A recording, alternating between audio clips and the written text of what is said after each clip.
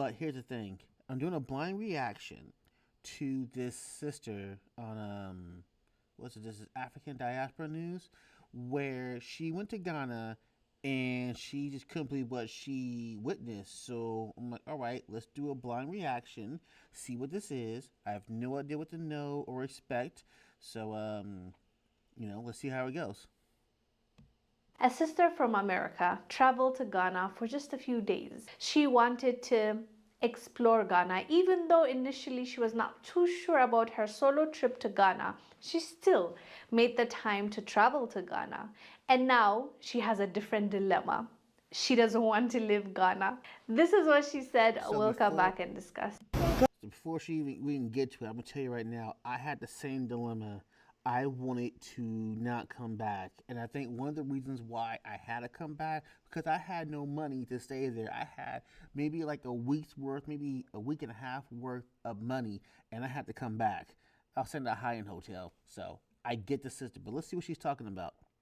I need to make up my mind, or I need to take my happy American back to our country and deal with the realities of being Black in America.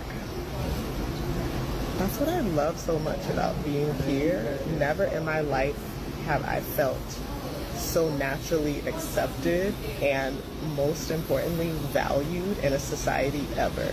But yeah, I didn't expect to enjoy myself so much. As you heard, she said as a Black woman, she's never felt this safe, valued, and respected elsewhere. She comes from America, so she's comparing where she comes from versus where she is right now. And she was I was in Ghana in 2022, and I felt exactly how she felt.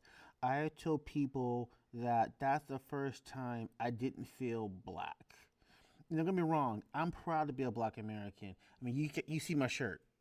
I'm proud to be a Black American, but it's different when you go there and everybody looks like you, and you don't have to feel how you say it. You don't feel like the different one. You don't feel like 12% of the population. You don't feel like you have to assimilate from this room to that room. Now, mind you, I was only there for a week. I'm sure there's more to it. But just the fact that I can go there, everybody looks like me, everyone feels safe. The women I was with were very attractive and they were very safe. They felt secure. And a lot of them were walking out at nighttime, going to different clubs. So, yeah, I mean, I totally see how she feels. Like, I did not want to come back. And when I got to JFK airport, I felt a culture shock. And I was only gone for a week. was also honest about how the transition was. The first 3 days were hard for her. And you hear that a lot, especially people that are coming from the Western world.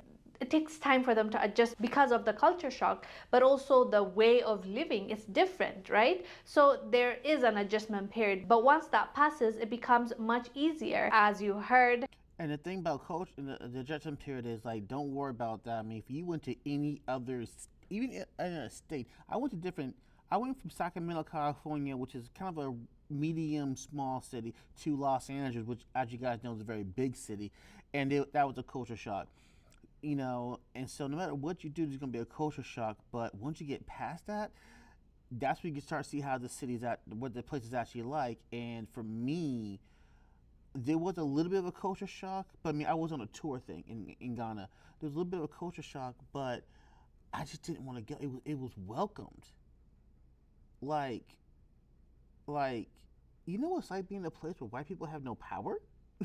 I had a white person there, and they were some of the nicest people in their place, but it was like, you can't really be racist here. Of course they're going to be nice, you know? So, I mean, like I said, everybody was friendly. Everybody was working their butt off. Like, it was such a great place to be.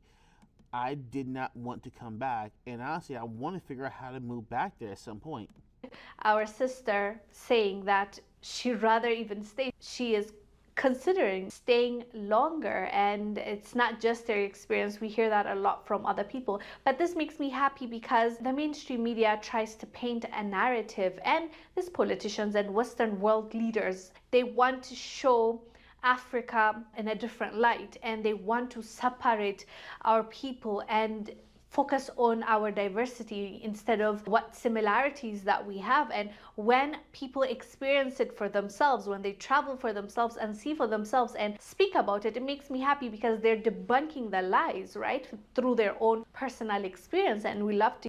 Yeah, and for me, it was like to go there and just see that and see how all the lies were not true. And I'm like, you can't tell me anything bad about Africa anymore. I get it. Africa has their problems, but generally speaking, they got just many problems as anybody else. I mean, of course, America is doing great. They've been around for 250 years. And the given African countries barely been around for 60. So maybe 70. Maybe 70. But still, like, they got along. It just takes time for that stuff to develop. And when you go there, you feel safe, you feel good, you see the lies, and you uncover the truth, you feel at home. Finally, at home. Like, I don't know if my ancestry is in Ghana, but going to Ghana just felt like home. It does make me want to hurry and get my DNA test so I can figure out what's really going on. Like, where am I? Where did I originate? At least figure that out and start working on getting some citizenship. But like I said, when I was in Ghana, I did not want to come back, and I was so happy to be part of a group of people who I can go there again. So 2026, I'll be going back there again. And also too, just to go there and just to try the food was amazing, the weather was great. Obviously the water was a little bit of a problem. I had to adapt to that, so I was living off bottled water. But like, I didn't think I watched TV one time that I was there, just because I was enjoying being in the clubs. I was enjoying being around the people and the pools and the bars, like just enjoying the environment and the museums. I just enjoy being. I can actually go there and just be. And I don't think you really get that feeling in America, at least not as a black person. Hear it. Just recently, US announced a travel advisory against Ghana. It's like it's not the safest place, which Ghana was ranked one of the safest countries in the world. They're just taking it too far. They recently just updated their travel warning for countries, and in this list there are 4 countries that they've included. These countries are Ghana, Burkina Faso, Morocco, and Uganda. So at this point, as I said, they're not even trying to hide it, because why is Ghana in there? Why would you put Ghana in there? Ghana might be safer than the US. I'll have to check that again, but you know what? She might be right on that. Ghana might be safer than the US. And let's face it, let's say that it wasn't. I mean, US is one of the most dangerous places you can go to, especially these days with this administration. Come out here as an immigrant, a dark-skinned immigrant. An immigrant, darker than a European immigrant. See how kind of time you gonna get out here. What kind of time you gonna get out here? I mean, this is not a safe place, and the longer this administration is in office, the more dangerous it's going to be. So to sit there and try to say that, oh, Ghana's dangerous, I'm like, who are you talking to? The U.S. is just as bad as they say other countries are, if not worse. At least, Ghana's not funding, other wars. Let's put that in perspective. But, they got to sometimes I think they got to keep, us down, because they know if all of us get together, it might be a problem for certain people. So I wonder if that's kind of part of it.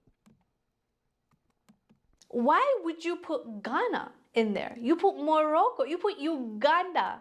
And Burkina Faso, we understand why Burkina Faso is in there. It's clear as day.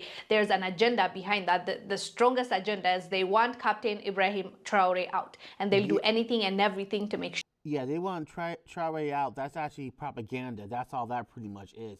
And they're starting the propaganda campaign against Burkina Faso, Mali, and Nigeria. That's what that is. But, I don't know why they're doing it against Ghana. Ghana and Black Americans have always had a nice connection, so I guess they're trying to sever that a little bit. But also, too, they're trying to keep this country as wide as possible and make everybody, indentured servants again. So that might be another reason. They smear the name of Burkina Faso. That's just it, right? But Ghana, can you at least pretend that you are doing the right thing? So obviously it's a lie. It's a propaganda. And I love to hear our brothers and sisters coming and seeing it for themselves and debunking the lies and talking about it. So well done to her, and I hope that she stays longer and experience Ghana even more, but also explore other parts of Africa. Hello, my name is Adam. Yeah, I'm definitely going to start exploring other parts of Africa. I seriously cannot wait till I'm able to do that. I mean, you guys see my other videos where I'm talking about, trying to hit every African country, in a single year. So hopefully that happens. But, we'll see what happens. If you made it this far, thanks for watching, and hope to see you guys in the next video.